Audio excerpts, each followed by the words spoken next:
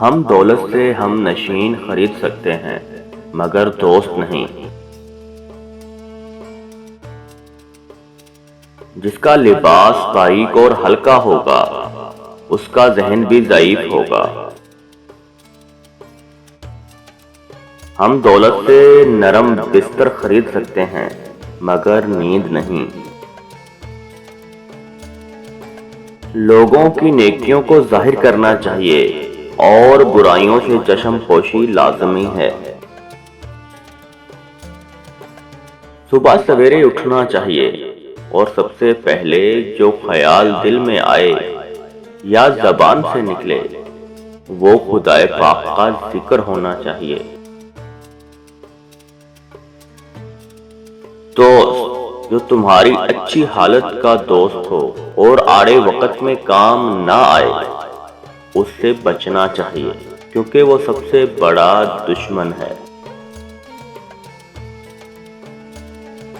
عاقل وہ جو اپنے آپ کو ملامت کرے اور خدا تعالیٰ کی عبادت و اطاعت میں مشغول رہے۔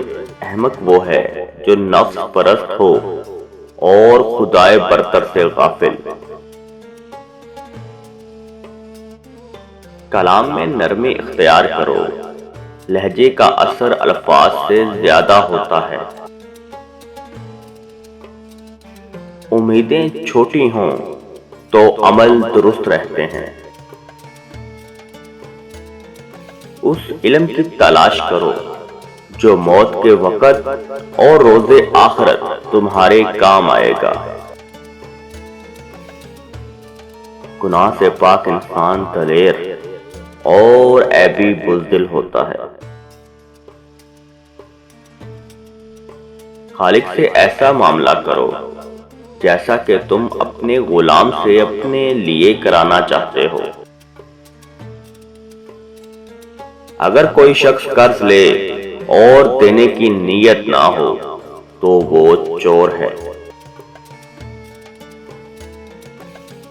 جو شخص زیادہ مال رکھتا ہو اس کے لیے کسب کرنے سے عبادت کرنا بہتر ہے۔